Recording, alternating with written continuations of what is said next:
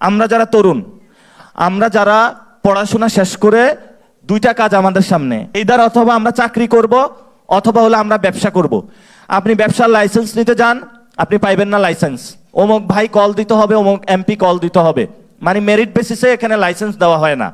ঠিক আছে, লাইসেন্স পাইছেন, পাওয়ার পরে কোথাও একটা শিল্প কারখানা স্থাপন করবেন, এখানে আল্লামা সন্ত্রাস চাঁদাবাজ দুর্নীতি হয়ে যায় যে আমাদের হলো চাঁদা দেন।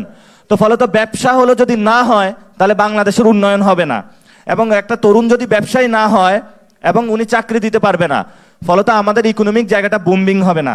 আর আপনি যদি কোথাও চাকরি করতে যান, একজন ব্যবসায়ী যদি চাঁদা দিয়েই চলতে হয়, তাহলে ওনার এমপ্লয়মেন্টের জায়গাটা সংকোচন হয়ে যায়, অর্থাৎ দুইজন স্টুডেন্টের জায়গায় উনি 5 জনকে চাকরি দিতে পারবে না। তাহলে ইকোনমিক যে সিস্টেমটা এটা শ্রিঙ্কিং হয়ে আসে। ওইটা যদি হয়ে আসে তাহলে বাংলাদেশের আমরা যে নতুনত্বের কথা বলি, ইকোনমিক ডেভেলপমেন্টের কথা বলি, 8 কোটি মানুষের পেটে ভাত না থাকে, আমাদের তরুণদের চাকরি না হয় এই সমস্যার কারণে, তাহলে তো বাংলাদেশ পিছিয়ে পড়বে। এই জন্য এই সমস্যার সমাধানে আমরা এটা নিয়ে কথা বলেছিলাম।